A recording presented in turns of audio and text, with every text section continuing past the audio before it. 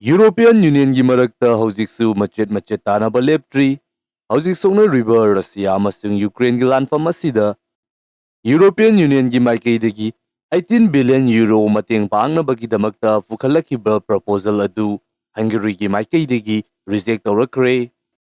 mayam pumnamakpu anoba video update amada amukka hanna taramnok siri video sida hojik European Union gi manungda leiriba politics asigi matangda mu yingminasi Hojik songna riba lanfam asina maram oiduna Ukraine gi oina darkar oiriba resource amasung songna riba lanfam asida Ukraine bu mateng pangnabagidamagta European Union gi maikaidagi lakadawriba sahi 2023 asida 18 billion euro mateng pangnabagidamagta proposal ama pukhalakhibani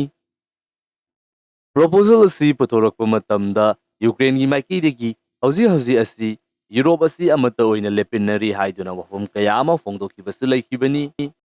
asumna European Union gi leiriba countries sing asigi apunba oina rest tawkhiba fund asidagi Ukraine da mateng pangnabagidamagta wafam asi puthorakpa matamda Hungary gi maikaidagi hairiba proposal asi makoina yaba ngamloi haiduna openly fongdorakre Hungary gi foreign minister Peter gi maikaidagi European Union na Hungary da pigadaba 13 million gi oiba fund adu pidaba taragadi hauji pukhalagliba proposal asisu makoina yaba ngamloi haiduna fongdorakli Hungary gi khongthang asida Germany gi maikaidagi yaningdaba fongdoktuna German foreign minister gi maikaidagi Hungary na paikalagliba khongthang asi oijaba thiba amasung blackmail taunabagi damakta hotnaba hojik leiriba Hungary gi government asi blackmailer ni haiba wafam asi fawba fongdorakli Hungary gi maikaidagi European Union na makoida pigadaba paisa haiduna fongdorakliba sigi matangda amuk khangbinasi Hungary hairiba country asisu European Union gi member oiriba country amakhakni maramaduna EU gi oiba apunba gi leiriba fund asidagi Hungary gi oinasu makoigi saruk yauribani adubu hauji Hungary da leiriba government asina media gi freedom lehandaba corruption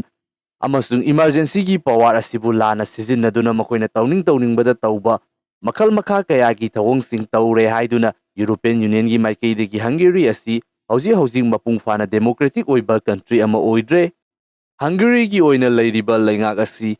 hybrid electoral autocracy amani haiduna blame tawduna European Union gi maikaidagi makoigi members sing asina voting tawnaduna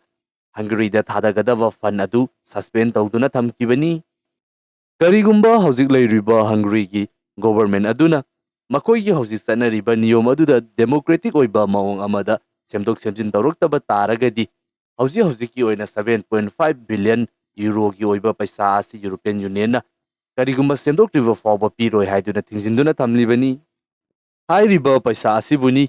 Hungary gi maikaidagi karigumba masi piriba makai European Union na Ukraine na mateng pangnabagidamagta pukhalagliba plan asisu makoina yaba ngamloi masida sign tawroi haiduna fongdorakliba asi European Union gi oinadi masigumba proposal ama lakpa matamda member oiriba country khudingma asina yaba mathau tai Hungary hairiba country asi European Union gi member oiba country ama oiba taragasu masi